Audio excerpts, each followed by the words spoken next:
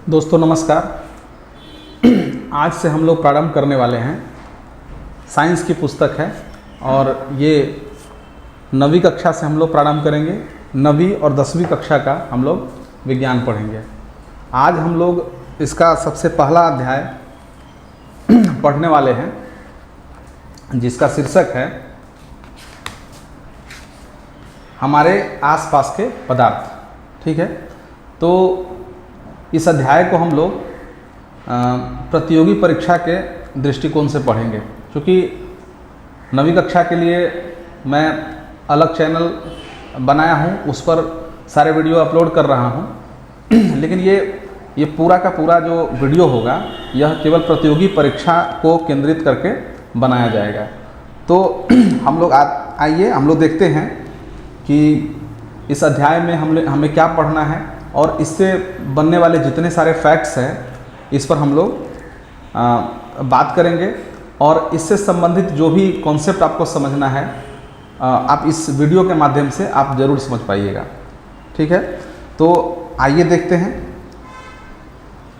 सबसे पहला है कि पदार्थ और उसके गुण। तो इसे हमने इस प्रकार से विभाजित किया, जैसा कि आप स्क्रीन पर देखते हैं कि मैटर क्या है। मैटर का वर्गीकरण, मैटर का मतलब होता है पदार्थ। पदार्थ क्या है, पदार्थ का वर्गीकरण किस प्रकार से किया गया है, पदार्थ के कणों का जो अभिलाक्षणिक गुण है उसे हम लोग देखेंगे। फिर इसकी अवस्थाएं कौन कौन सी है उसका भी हम लोग अध्ययन करने वाले हैं। अवस्था में परिवर्तन होते हैं, जैसा कि ठोस, द्रव और गैस, 3 अवस्थाएं हैं मूलतः। तो इन अवस्थाओं में किस प्रकार से एक अवस्था से दूसरे अवस्था में परिवर्तन होता है इसे भी हम लोग देखेंगे। विसरण की क्रिया के बारे में पढ़ेंगे, वाष्पीकरण समझेंगे और मापन की कुछ इकाइयाँ जो आपके पाठ्य पुस्तक में दी गई है उसे भी हम लोग देखेंगे, जैसे कि लीटर क्या है, केल्विन क्या है। ये छोटी छोटे जो मात्रक इसमें जो उपयोग किए गए हैं उसे हम लोग देखेंगे। तो आइए सबसे पहले बात करते हैं कि मैटर क्या है। ठीक है, मैटर क्या है। तो मैटर हम देखते हैं कि ब्रह्मांड में हर वस्तु सामग्री से बनी हुई है। ब्रह्मांड में जितनी भी वस्तुएं हैं सब क्या है, सामग्री से बनी हुई है। और यह क्या करता है, यह स्थान घेरता है, इसमें आयतन होता है, द्रव्यमान होता है और ये कणों से मिलकर बने होते हैं। ठीक है, कणों से मिलकर बने होते हैं। और ये कण जो होते हैं वो किस प्रकार के होते हैं, तो ये कण काफ़ी छोटे होते हैं, लगातार ये कण गतिशील रहते हैं, यह एक दूसरे को आकर्षित करते हैं और सभी कणों के बीच खाली स्थान होता है। तो जैसे कि ठोस, आप ठोस के बारे में पढ़ेंगे कि ठोस में क्या होते हैं, ठोस, द्रव और गैस तीनों सभी में ये सभी कणों से मिलकर बने होते हैं। और इसके जो कण होते हैं वे सूक्ष्म होते हैं और इन सूक्ष्म कणों के बीच कुछ स्थान होते हैं जिसे हम लोग अंतराण्विक स्थान कहते हैं। और वह बल जो इन कणों को जोड़ करके रखता है इसे अंतराण्विक आकर्षण बल कहते हैं। ठीक है, तो कणों के बारे में हम लोगों ने देखा कि कण क्या होते हैं, बहुत छोटे होते हैं, ये लगातार गतिशील होते हैं। ठीक है, ये एक दूसरे को आकर्षित भी करते हैं, जिसमें जितना ज़्यादा आकर्षण होगा उसके कण उतना ही नज़दीक होंगे, ये है। और कणों के बीच खाली स्थान होगा।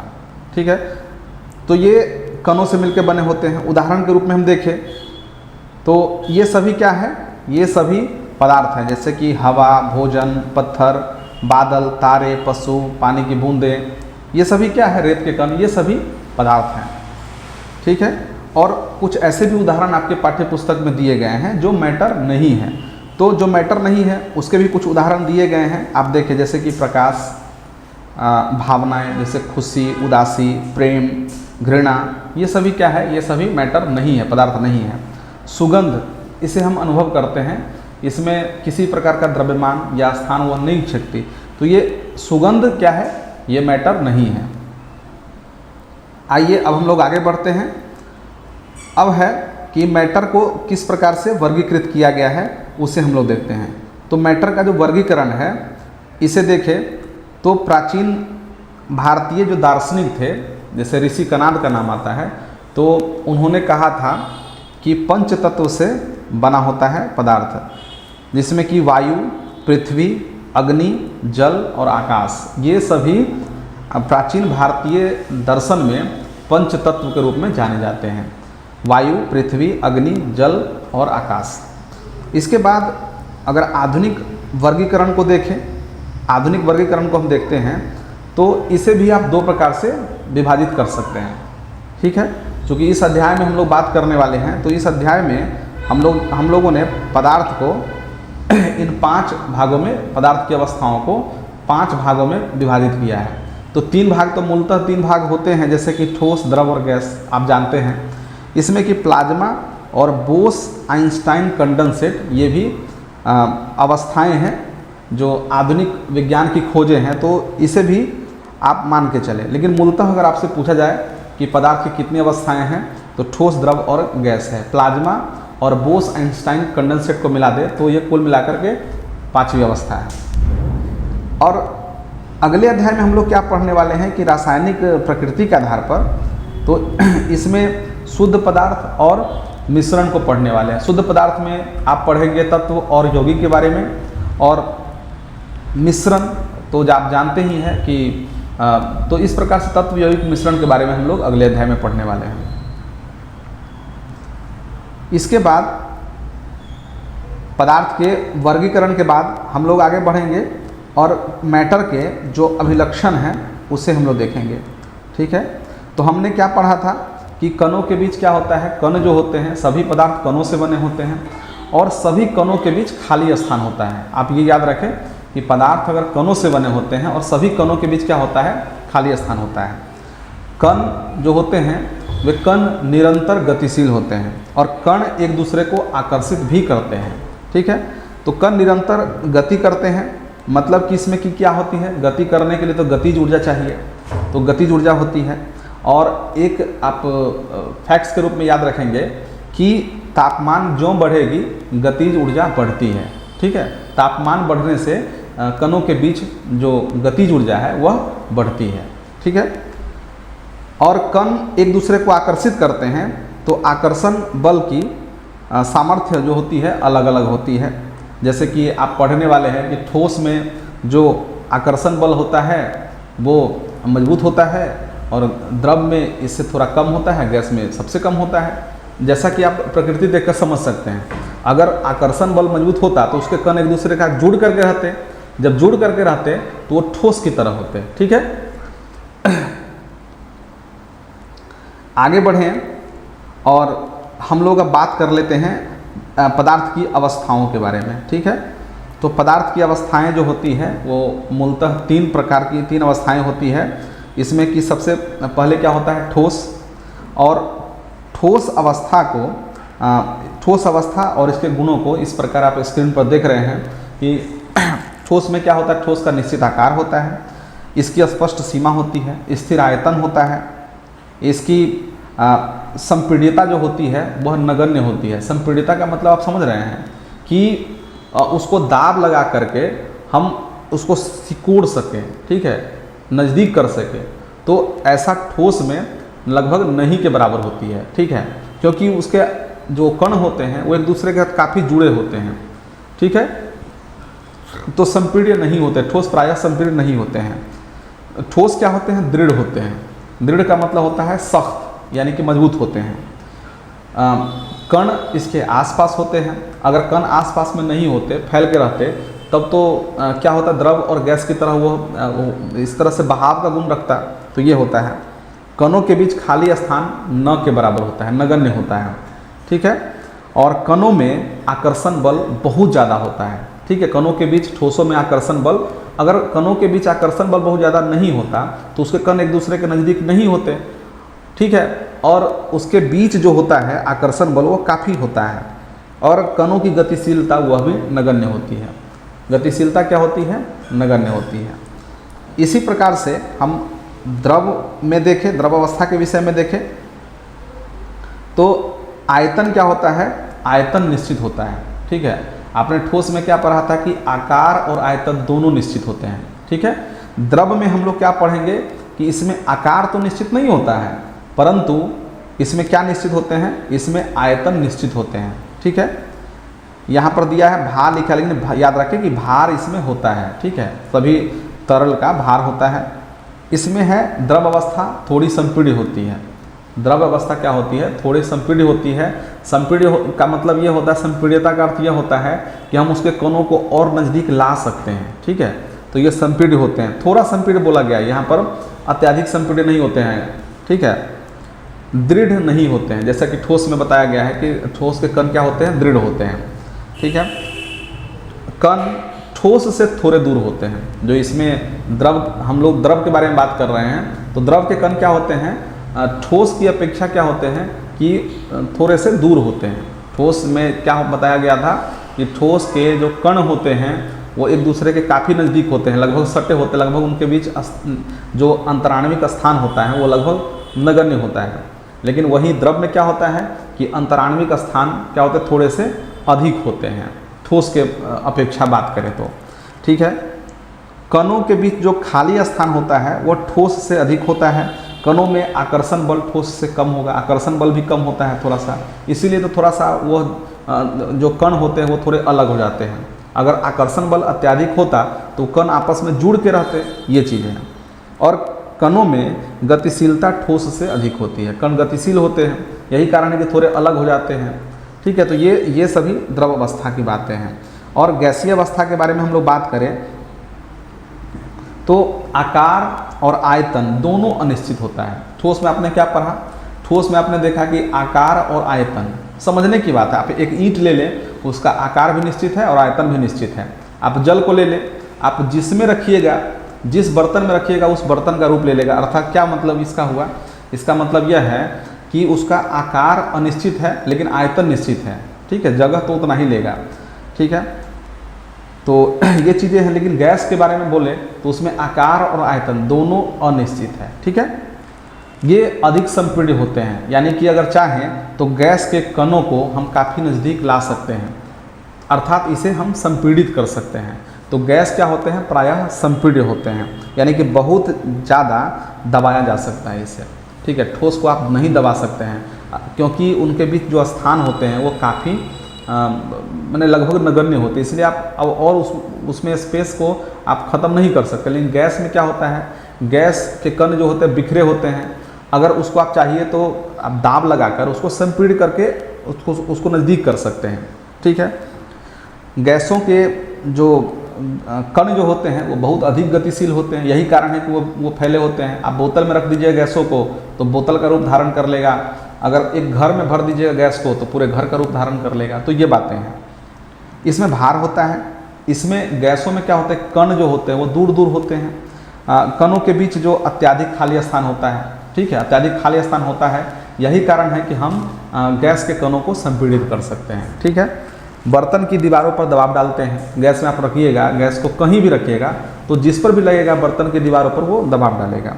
उदाहरण के लिए आप देख लें कि एलपीजी, ठीक है, ऑक्सीजन सिलेंडर, सीएनजी, आप इस सब को देखो। एलपीजी क्या है, द्रवीकृत पेट्रोलियम गैस है। यहाँ गैस है लेकिन उसको संपीड़ित करके, ठीक है, उसको संपीड़ित करके द्रव के रूप में बदला गया है। ठीक है, ऑक्सीजन सिलेंडर को देखें तो यहाँ वो गैस है और उसको संपीड़ित करके उसको सिलेंडर में भर करके द्रवित अवस्था में रखा गया है। इसी प्रकार से सीएनजी जो है वो प्राकृतिक संपीड़ित प्राकृतिक गैस है। ये गैस है लेकिन उसे द्रव के रूप में उसको संपीड़ित करके रखा गया है। तो ये आप समझिए संपीड़न का मतलब क्या होता है। संपीड़न का मतलब होता है कि दाब लगाकर किसी पदार्थ के अवस्था में परिवर्तन हम कर सकते हैं। ठीक है, तो ये चीज़ें संपीड़न कहलाती हैं। अब हम लोगों ने ठोस द्रव गैसों के बारे में पढ़ लिया। अब क्या देखते हैं कि अवस्था परिवर्तन। ठीक है, अब चूँकि ठोस द्रव और गैस ये तीन अवस्थाएं हैं, तो क्या इनकी अवस्थाओं में परिवर्तन हो सकता है? क्या कोई ठोस है तो हम उसे द्रव के रूप में परिणत कर सकते हैं या गैस के रूप में उसे परिणत कर सकते हैं, यह देखेंगे। तो अवस्था परिवर्तन में देखें तो देखिए दो प्रकार से हम परिवर्तित कर सकते हैं। एक तो टेम्परेचर लगा करके, ताप बढ़ा करके या घटा करके हम अवस्था में परिवर्तन कर सकते हैं, और दूसरा उसके दाब में परिवर्तन कर सकते हैं। ठीक है, दाब में अगर परिवर्तन कर देंगे तो भी क्या होगा कि उनकी अवस्थाओं में परिवर्तन हो सकता है। ठीक है। तो अवस्थाओं पर कोई अगर आपसे प्रश्न पूछा जाए कि निम्नलिखित में से हम पदार्थ की अवस्थाओं को किस प्रकार परिवर्तित कर सकते हैं, तो दो प्रकार से कर सकते हैं।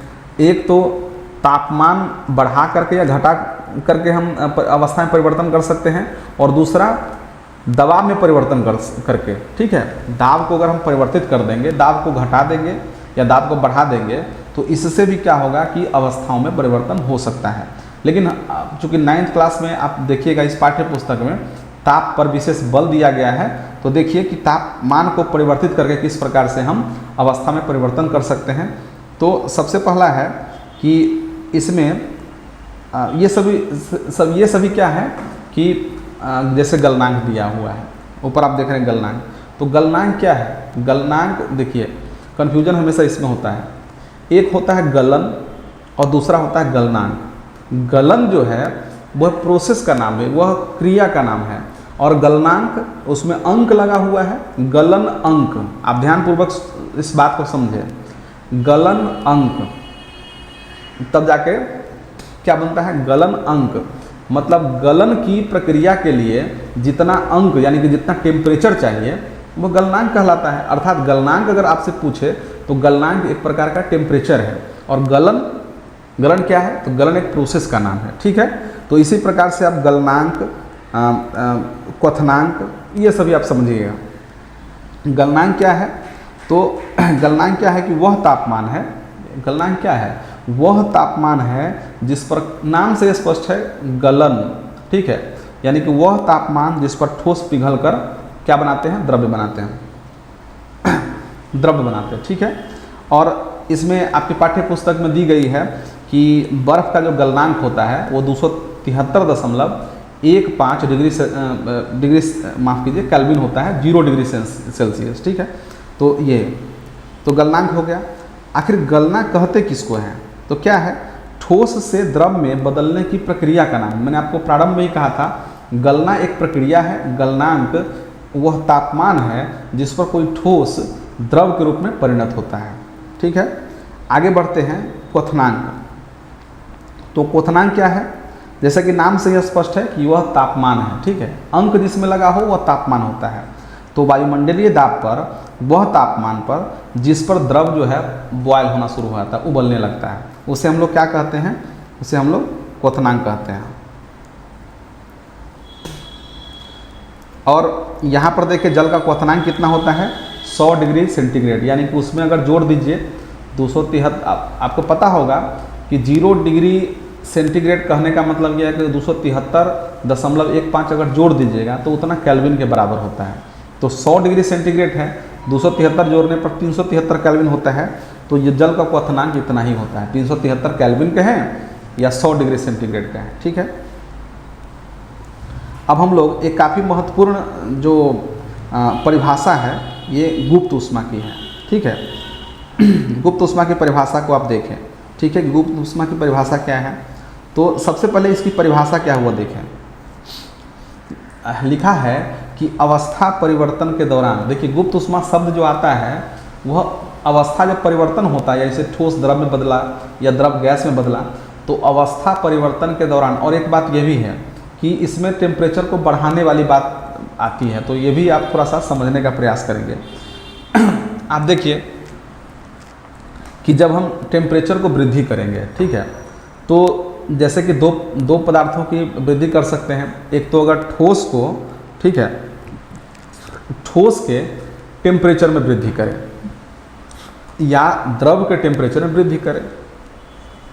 वृद्धि तो दो ही प्रकार की हो सकती है। गैस में और वृद्धि कितना करें? गैस का टेम्परेचर और बढ़ाएंगे तो ऐसा तो नहीं है ठोस में, वो तो कम करने से होता है। आप ये समझें, देखिए ठोस द्रव गैस, आप समझे, ठोस को गर्म करेंगे तो द्रव में, और द्रव को गर्म करेंगे तो गैस में परिवर्तित होता है, ठीक है। ठोस को गर्म करने पर द्रव में, और ठोस को द्रव में बदलने के लिए गर्म क्यों करते हैं? इसका सीधा सा सवाल है कि हम जानते हैं कि ठोस के कण जो होते हैं वो एक दूसरे के साथ जुड़े होते हैं। अगर गर्म करेंगे तो क्या होगा? उनके कण गतिशील होंगे, ठीक है। उनके बीच जो अंतराणविक आकर्षण बल होगा वो कमज़ोर पड़ेगा। कमज़ोर पड़ेगा तो वो फैलेगा तो द्रव के रूप में परिवर्तित हो जाएगा, सीधी सी बात है, ठीक है। तो ये चीज़ें हैं। और द्रव को गैस में परिवर्तित करने के लिए भी क्या करना है, वही सेम टू सेम बात है कि जितना अंतराण्विक आकर्षण बल द्रव में अभी है उसको और जो है उसको तोड़ने का प्रयास करना है, तब तो गर्म ही करना पड़ेगा। ठीक है, तो जो गुप्त उष्मा शब्द आती है उसमें गर्म करने वाली बात ही आपको रखना होगा केंद्र में। ठीक है, या तो आप ठोस को गर्म कीजिएगा, नहीं तो द्रव को गर्म कीजिएगा। ठोस को गर्म करने से आपको संगलन की प्रसुप्त उष्मा या गुप्त उष्मा आपको परिभाषित वहाँ से होगी। ठीक है, और जब द्रव को आप गर्म कीजिएगा और गैस में परिवर्तित होगी तो वहाँ से आपको वाष्पीकरण की गुप्त उष्मा समझ में आएगी। तो पहले तो हम ये समझें, इसमें गुप्त उष्मा समझने के लिए क्या है कि 2-3 बातें होती है, जो कि परिभाषा को रट लेना अलग बात है, लेकिन उसे समझने के लिए, और क्या होता है ना कि कंफ्यूज हो जाइएगा। ठीक है, अगर थोड़ी सी छोटी बातें हैं, ज़्यादा कोई बड़ी बात नहीं है, अगर बड़ी बात होती तो 9th क्लास में नहीं पढ़ना होता। ठीक है, तो ये बात आप समझें। तो गुप्त उष्मा का मतलब क्या है, गुप्त उष्मा 2 प्रकार की होती है, एक तो संगलन की गुप्त उष्मा है, ठीक है, और दूसरा है वाष्पीकरण की गुप्त, यानी कि वाष्प की गुप्त उष्मा। ठीक है, संगलन की गुप्त उष्मा कब सामने आएगी, जब पदार्थ गलेगा, यानी कि ठोस जब द्रव के रूप में परिवर्तित होगा। और ये वाष्पीकरण की गुप्त उष्मा कब हम देखेंगे, जब द्रव गैस के रूप में परिवर्तित होगा। जब ठोस द्रव के रूप में परिवर्तित होता है तो हम टेम्परेचर देते हैं, ध्यान से सुनिए। ठीक है, जब ठोस को हम द्रव के रूप में बदलेंगे तो उसमें टेम्परेचर देंगे, तापमान देंगे, और तापमान देते ही क्या देखते हैं आप, तापमान देते ही क्या अवस्था में परिवर्तन हो जाता है। बर्फ़ रखी हुई है और बर्फ़ रखने पर आप तुरंत जो है क्या करेंगे, गर्म करेंगे, और गर्म करते ही क्या अवस्था में परिवर्तन हो जाएगा। क्या आप ऐसा देखते हैं? अगर देखें तो जरूर बोले, लेकिन ऐसा होता नहीं है। ठीक है, कुछ समय लगता है। वो जो कुछ समय लगा, क्यों लगा, ये सोचने वाली बात है। आखिर क्या कारण है जो उसमें कुछ समय लगा कि बर्फ़ सीधे जल के रूप में परिवर्तित नहीं हो गया। तो उसके भीतर में होती है गुप्त उष्मा, जो उसको ठोस के रूप में बना के रखने के लिए मौजूद था पहले से। ठीक है, तो ये चीज़ है। तो क्या लिखा है कि अवस्था परिवर्तन के दौरान जो अवशोषित ऊर्जा होती है, ठीक है, वही होती है। अब संगरण की प्रसुप्त उष्मा कहते किसको है, तो 1 kg, याद रखिए इसे गणितीय रूप में परिवर्तित करना होगा। तो क्या लिखा है कि 1 किलोग्राम ठोस को उसके गलनांक पर, याद रखें गलनांक पर, 1 किलोग्राम ठोस को गलनांक पर द्रव में बदलने के लिए जितनी आवश्यक उसमें उष्मा की आवश्यकता होगी वही उसका गुप्त उष्मा कहलाएगा। किस चीज़ का गुप्त उष्मा? चूँकि गलनांक की बात हो रही है तो गलन की गुप्त उष्मा। ध्यान दीजिए कि 1 किलो ठोस को जब उसके गलनांक पर द्रव में बदलने के लिए जितना उसको उष्मा चाहिए, जितना उष्मा वो अवशोषित करता है, ठीक है, तो इसको हम लोग क्या बोलते हैं, गलन की गुप्त उष्मा। और ठीक इसी तरह की परिभाषा है वाष्पीकरण की गुप्त उष्मा। इसमें क्या होता है कि 1 किलोग्राम द्रव को क्वथनांक पर, देखिए यहाँ पर गलनांक पर, चूँकि ठोस को द्रव में बदलना है तो गलन की प्रक्रिया होगी और इससे जुड़ा हुआ तापमान है गलनांक। ठीक है, और यहाँ पर क्वथनांक दिया है, मतलब क्वथन की गुप्त उष्मा यानी वाष्पीकरण की गुप्त उष्मा क्या है, तो ये है कि 1 किलोग्राम द्रव को उसके क्वथनांक पर वाष्प में बदलने के लिए जितना उसको उष्मा की आवश्यकता होगी वही गुप्त उष्मा कहलाएगी। और किसकी गुप्त उष्मा कहलाएगी, तो वाष्पन की गुप्त उष्मा कहलाएगी। ठीक है, तो ये चीज़ें हैं। अब हम लोगों ने वाष्पीकरण की गुप्त उष्मा को भी देखा। अब देखते हैं आखिर ऊर्ध्वपातन क्या है। तो आप जरूर जानते होंगे इसे कि ऐसी भी अभिक्रिया होती है, ऐसी प्रक्रिया होती है जो क्या होता है, ऐसी भी भौतिक प्रक्रिया, रासायनिक प्रक्रिया की नहीं बात करी जा रही है, ऐसी भी प्रक्रिया होती है जब द्रव अवस्था में परिवर्तित हुए बिना ठोस से सीधे गैस में परिवर्तन होना। ठीक है, सीधे ठोस से गैस में परिवर्तित हो जाना बिना द्रव में आए ही, यह प्रक्रिया क्या कहलाती है, ऊर्ध्वपातन। ठीक है, या गैस से सीधे ठोस में भी बदल जाना, ये क्या कहलाता है, यह भी ऊर्ध्वपातन कहलाता है। इसको हम लोग निक्षेपण भी कहते हैं। ठीक है, तो इसे याद रखेंगे। जो गैस से वापस जो ठोस में बदलाव होता है उसकी बात कर रहा हूँ। और ऐसा किस में होगा, 2-3 उदाहरण दिया है जो आमतौर पर परीक्षा में पूछी जाती है। जैसे एक तो कपूर हुआ, एक अमोनियम क्लोराइड हुआ, और एक नेप्थलीन जो है इस तरह की अभिक्रिया को दिखाता है। ठीक है, और कुछ अन्य प्रक्रियाएं भी हैं, उसे भी हम लोग देख लेते हैं, जैसे कि वाष्पीकरण है। ठीक है, वाष्पीकरण क्या है? वाष्पीकरण है कि द्रव से गैस के रूप में परिणत होना। ठीक है, वाष्पीकरण एक अभिक्रिया का नाम, याद रखें। संघनन क्या है?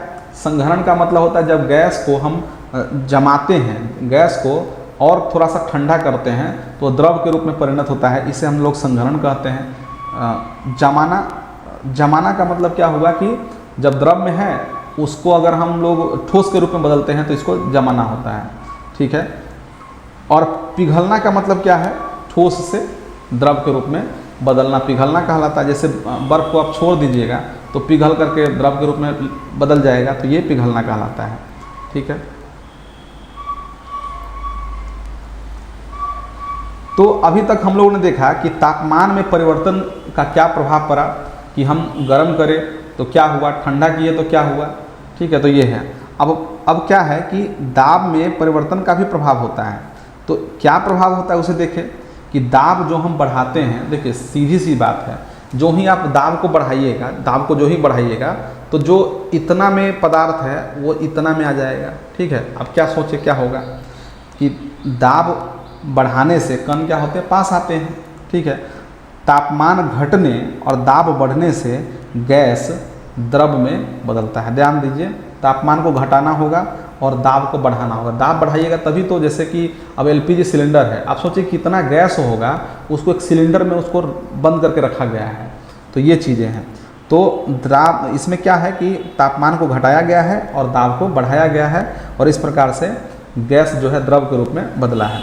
आप ठोस कार्बन डाइऑक्साइड को भी देखते हैं जिसको शुष्क बर्फ कहा जाता है, तो यह भी वही होता है कि उच्च दाब पर यह संग्रहित किया जाता है और बिना द्रव अवस्था में आए सीधे गैस में बदलता है एक वायुमंडलीय दाब पर। कागज़ को यह नहीं भिगोता है। ठीक है, ये कागज़ को नहीं भिगोता है, तो इससे स्पष्ट होता है कि यह द्रव में बिना बदले ही सीधे आपको ठोस में परिवर्तित हो गया। ये चीज़ें हैं। हम लोगों ने अब अवस्था परिवर्तन को देखा। कुछ और बातें हैं जो देखने की है। एक विसरण की प्रक्रिया है। विसरण होता क्या है, ये कई बार आपको सुनने को मिलेगी। विसरण तो दो विभिन्न पदार्थों के कणों का स्वतः मिलना। जैसे दो पदार्थ हैं, दो पदार्थों को अगर आप स्वतः अगर छोड़ दें तो आपस में वो मिल जाएंगे, तो इनके कणों का आपस में जो मिलना होता है ये क्या कहलाता है? विसरण कहलाता है। इसके कई उदाहरण आप देखेंगे आगे पढ़ने पर। आप केवल इतना समझें कि विसरण का मतलब क्या हुआ कि जब दो विभिन्न अलग अलग पदार्थ हैं वे आपस में अगर उनके कण आपस में जुड़ेंगे, ये विसरण कहलाएगा। ज़्यादा सांद्रता से कम सांद्रता की ओर गति होती है। याद रखें, विसरण में जो गति होती है उच्च सांद्रता से निम्न सांद्रता की ओर गति होती है। ये आपको कई बार आपको काम करेंगे, ये आप एकदम नोट कर लें कि कोई पूछे कि विसरण में गति किस प्रकार होती है, तो जहाँ की सांद्रता उच्च है। अब सांद्रता का मतलब क्या हुआ? कॉन्सेंट्रेटेड का मतलब, कॉन्सेंट्रेशन का मतलब क्या हुआ कि देखिए आप इस प्रकार से समझ सकते हैं, जैसे कि गाढ़ापन। ठीक है, सामान्य भाषा में आप ये समझें कि गाढ़ापन होता है। जैसे कि मधु है, शहद है। ठीक है, अगर इसकी जो गाढ़ापन का गुण अगर और बढ़ जाएगा तो क्या कहलाएगा? ये और अधिक सांद्र हो गया। तो ये चीज़ें हैं। तो अधिक सांद्र का मतलब आपने समझा, गाढ़ापन अधिक होगा तो मतलब अधिक सांद्र होगा, ये बातें हैं। और जितना कम गाढ़ापन होगा उतना अधिक जो है, उतना कम सांद्र होगा, उतना अधिक तनु होगा। ठीक है, तो ये तनु और सांद्र में यही फर्क है, आप समझे। तो विसरण में गति किस प्रकार होती है? तो गति होती है उच्च सांद्रता से निम्न सांद्रता की ओर गति। ठीक है, और ये भी है कि तापमान बढ़ने से विसरण की दर बढ़ती है। याद रखें, तापमान जो बढ़ेगा विसरण की दर क्या होगी? बढ़ेगी। अब जरा सोच के देखिए, तापमान बढ़ने से विसरण क्यों बढ़ा? क्योंकि उनके कणों के बीच जो कण होंगे उनमें गतिज ऊर्जा बढ़ेगी। कणों के बीच जो अंतराण्विक आकर्षण बल है वो कमज़ोर पड़ेगा। कणों के बीच जो गतिज ऊर्जा बढ़ेगी तो स्वतः आपस में जुड़ने की जो प्रक्रिया है वो तेज होगी, अर्थात विसरण की गति जो है बढ़ेगी। ये है। उदाहरण के लिए स्याही और नील का पानी में घुलना। जैसे कि स्याही आप समझ रहे हैं स्याही क्या होता है, और नील जो पुराने ज़माने में लोग यूज करते थे कपड़ा को रंगने के लिए, तो वो क्या था कि जल में 2 बूंद 4 बूंद डाला जाता था और नील का प्रभाव था वो पूरे बाल्टी को पूरा तर कर लेता था। इसका क्या मतलब हुआ? इसका मतलब ये हुआ कि नील या स्याही जो भी है उसके जो कण हैं, उसके जो भी कण हैं, ठीक है, जल के सभी कणों के साथ वो मिल गए, ठीक है, यानी कि विसरण की प्रक्रिया यहाँ पर हुई, ठीक है। और अधिक इसमें जो सांद्र होगा उसकी गति निम्न सांद्रता की तरफ थी, ठीक है। अब जैसे कि देखिए अगरबत्ती की सुगंध हमारे नाक तक आती है, हाँ, तो यह किस क्रिया के द्वारा होती है? तो यह भी विसरण के द्वारा होती है। फूलों की सुगंध हमारे पास जो पहुंचती है वो भी विसरण की क्रिया द्वारा होती है। तो इस प्रकार से ये सभी चीज़ें हैं। और याद रखेंगे, आपसे एग्जाम में, प्रतियोगी परीक्षा में यह पूछे जाएंगे कि तापमान हम बढ़ाएंगे तो विसरण की गति क्या होगी, बढ़ेगी या घटेगी? तो ज़रा उस पर आप विचार कीजिएगा, इसको याद मत कीजिए, ठीक है। अब विसरण की दर को हम लोग देखें तो देखें कि गैस में सबसे तेज होता है, स्वाभाविक है गैस में सबसे तेज होगा क्योंकि उनके कणों के बीच जो गति ऊर्जा होती है वो काफ़ी होती है, इसलिए गैसों में सबसे तेज होती है, ठीक है। द्रव में ठोस गैस द्रव का विसरण संभव है। ठोस में ठोस का विसरण जो है नगण्य। आप जरा सोचें कैसे ठोस में ठोस आप नहीं मिला पाइएगा। द्रव में द्रव आप मिला सकते हैं, गैस में गैस भी मिला सकते हैं, लेकिन ठोस में ठोस का विसरण नगण्य होता है। तो ये थी विसरण की प्रक्रिया जो काफ़ी महत्वपूर्ण थी। अब हम लोग आगे बढ़ते हैं, वाष्पीकरण को समझें। वाष्पीकरण को तो हमने ऊपर ही समझ लिया था, लेकिन यहाँ कुछ विशेष बातें हैं वो देखना है कि देखिए आखिर वाष्पीकरण का मतलब क्या होता है, ठीक है। दो क्रियाएं हैं, एक होता है क्वथन, एक होता है वाष्पन। ये दोनों में कभी कभी अंतर भी पूछा जाता है, आप कंफ्यूज मत होइएगा। क्वथन और वाष्पीकरण दोनों में फ़र्क क्या है? देखिए दोनों अगर कहें तो प्रोसेस वही है, दोनों में प्रोसेस वही है कि क्या होता है, वाष्पन और क्वथन दोनों सेम क्यों है कि द्रव उसमें क्या बदलता है, गैसीय अवस्था में। द्रव का रूपांतरण गैसीय अवस्था में होता है दोनों में। अब मतलब क्या होता है, वाष्पन और क्वथन दोनों जो है अभिक्रिया का नाम सेम ही है, दोनों प्रोसेस का नाम सेम ही है कि उसमें भी वाष्पन में भी क्या होता है कि द्रव जो है वह गैसीय अवस्था में परिवर्तित होता है। और तो ये चीज़ें हैं, लेकिन अंतर फिर क्या होता है? अंतर आप जरा समझें कि देखिए क्वथन की प्रक्रिया वह क्या होती है कि हम लोग करते हैं, ठीक है। एक पार्टिकुलर जो एक टेम्परेचर है उसकी आवश्यकता होती है क्वथन की क्रिया के लिए, लेकिन वाष्पीकरण के लिए टेम्परेचर की आवश्यकता नहीं होती है। आप ज़रा अब समझिएगा, जैसे आपको कपड़ा सुखाना है, ठीक है, कपड़ा सुखाना मतलब कपड़ा जब आप धोते हैं तो कपड़े में नमी होती है।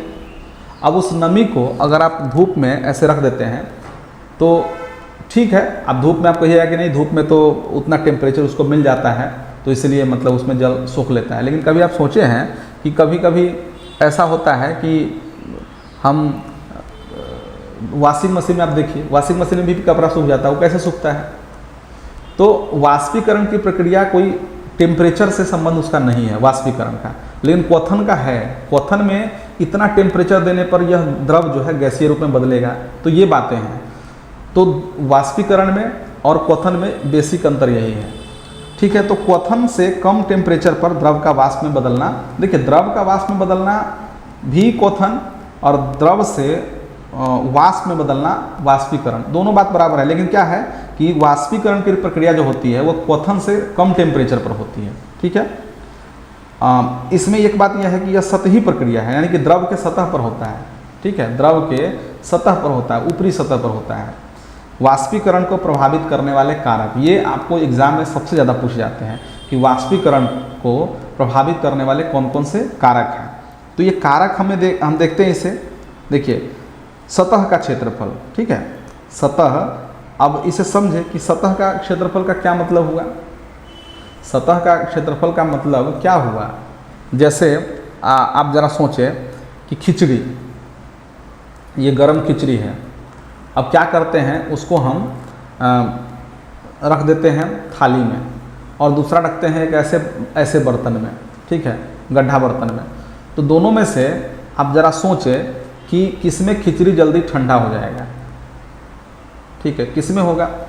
स्वाभाविक है कि थाली में खिचड़ी जो है वो ठंडा हो जाएगा। ठीक है, और भी बहुत सारे उदाहरण आप समझ सकते हैं। इसका मतलब क्या हुआ कि अगर हम पदार्थ को ऐसे फैला दें, ठीक है, अगर द्रव है तो उसमें वाष्पन की प्रक्रिया जल्दी होगी, यानी कि सतह का क्षेत्रफल ज्यों बढ़ेगा त्यों वाष्पीकरण की प्रक्रिया यानी कि उसकी दर जो है, वाष्पीकरण की दर वो बढ़ेगी तापमान वृद्धि होने से। अब जरा सोचें कि गर्मी के दिनों में कपड़ा सुखाना आसान है या ठंडे के दिनों में, जरा सोचें। गर्मी के दिनों में बहुत आसान है क्योंकि टेम्परेचर अधिक होता है। अधिक टेम्परेचर होने से क्या होता है ना कि वाष्पीकरण की प्रक्रिया तेज होती है, यानी क्वथन बढ़ेगा तो इसका क्या होता है, वाष्पीकरण का पर भी इसका असर पड़ेगा, वो चीज़ें हैं।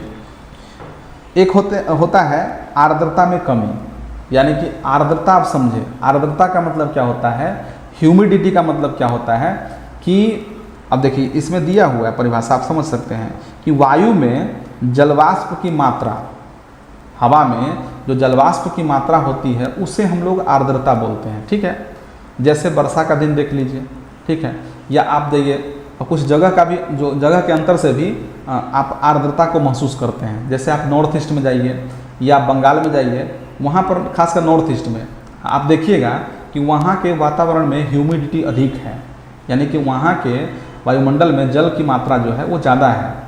ये आपको उमस जिसको बोलते हैं वो है, तो ये आर्द्रता कहलाती है।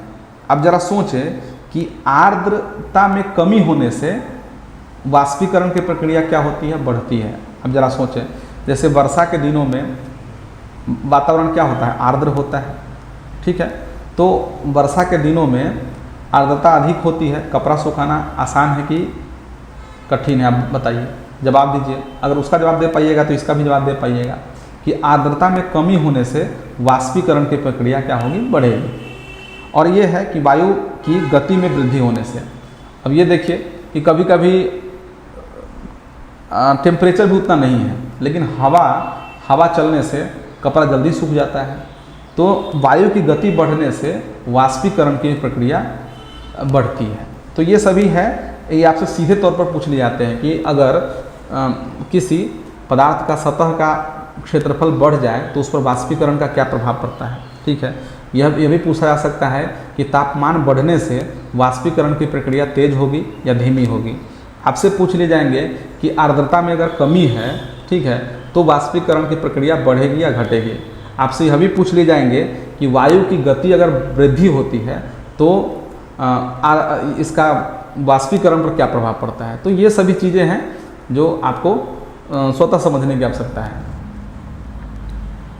अब हम लोग ये देखें कि वाष्पीकरण के कारण शीतलता भी प्राप्त होती है। ठीक है, वाष्पीकरण के कारण शीतलता भी प्राप्त होती है। तो आखिर ऐसा होता क्यों है कि वाष्पीकरण की प्रक्रिया होती है तो शीतलता भी प्राप्त होती है, ऐसा आप महसूस करेंगे। ठीक है, कहाँ महसूस करेंगे उसे आप देखते हैं। जैसे कि द्रव के कण ऊर्जा प्राप्त करने के लिए आसपास के ऊष्मा को अवशोषित करते हैं। ठीक है, जब क्या होता है कि द्रव का कण जो होता है उनको क्या है, ऊष्मा प्राप्त करना है, तो आसपास के जो ऊष्मा है उसको अवशोषित करते हैं और ऊष्मा अवशोषण के कारण उसको शीतलता प्रदान होती है। तो यही कारण है कि ठंडक उत्पन्न होती है। उदाहरण के लिए आप एसीटोन एक पदार्थ है, उसको अगर हाथ पर रखिए, हाथ के सतह पर रखिए, ठीक है, तो वहाँ पर क्या है कि आपको कैसा महसूस होता है। ठीक है, या पसीना सूखेगा। ठीक है, इसी कारण से क्या होता है ना कि जब आप बहुत तेज़ साइकिल चला के आते हैं और सीधा हवा पंखा में बैठ जाते हैं तो आपको बहुत अच्छा लगता है। क्योंकि वहाँ पर वाष्पीकरण हो रही है। ठीक है, पसीना जब सूखता है तो वाष्पीकरण की प्रक्रिया होती है।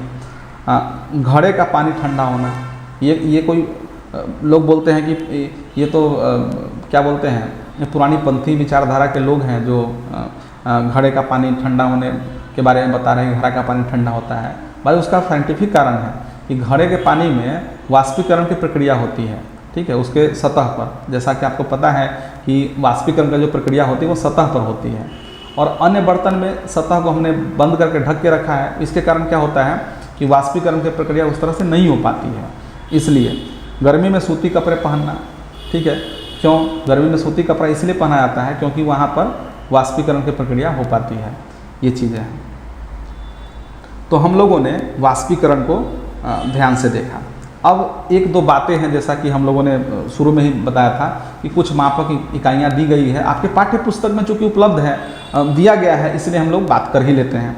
देखिए मापक इकाइयों में देखें तो आयतन के एक मात्रक दिया गया है, ठीक है, ये तो बच्चों के लिए है, लेकिन खैर ठीक है, कि घन मीटर ऐसा ही मात्रक जो होता है, ये आयतन का ऐसा ही मात्रक क्या होता है, घन मीटर होता है। और साधारण मात्रक क्या होता है, लीटर होता है, आयतन हम लीटर में मापते हैं। 1 लीटर कितना होता है, 1 डेसीमीटर स्क्वायर मीटर क्यूब के बराबर होता है, और 1000 मिलीलीटर के बराबर होता है। 1 मीटर क्यूब बराबर 10 के पावर 3 सेंटीमीटर क्यूब। तो ये सभी आप देख सकते हैं। इसी प्रकार से टेम्परेचर का मात्रक भी दिया गया है। तो टेम्परेचर का क्या है, ऐसा ही मात्रक हम लोग जानते हैं कि केल्विन है, और जो डिग्री सेंटीग्रेड है यह भी मात्रक है। और याद रखें कि अगर केल्विन में बदलना है, ठीक है, डिग्री सेंटीग्रेड को केल्विन में बदलना है, डिग्री सेंटीग्रेड को केल्विन में बदलना है, 273.15 जोड़ देंगे, सीधा सीधी बात है। और केल्विन से अगर डिग्री सेंटीग्रेड में बदलना है तो 273 घटा देंगे। बात समझ में आया? 273 कहें या 273.15 कहें, क्योंकि दशमलव बाद 1.5 बहुत छोटा सा मतलब ये भाग है, इसीलिए उसको 273 ही याद कर लिया जाता है। ठीक है, आप समझे कि केल्विन को अगर डिग्री सेंटीग्रेड में करना है, ठीक है, तो 273 घटा लेंगे। तो हमेशा याद रखें कि केल्विन को हमेशा बड़े मैग्नीट्यूड के साथ लिखा जाता है, केल्विन को, ठीक है। और जो डिग्री सेंटीग्रेड होता है उसको, उसके जो मैग्नीट्यूड होता है, जो परिमाण होता है, वह कम हमेशा होता है। तो ये थोड़ा सा कॉमन सेंस लगाइएगा, तो इससे भी आपको समझने में आसानी होगी कि देखिए करना तो 273 जोड़ना है या घटाना है, ठीक है, बस वही है। तो इस प्रकार से दोस्तों हम लोगों ने इस पूरे पाठ जो जिसका शीर्षक था हमारे आसपास के पदार्थ, उससे हम लोगों ने पूरा किया चरणबद्ध तरीके से। तो ठीक है, आज के लिए बस इतना ही, मिलते हैं अगले वीडियो में।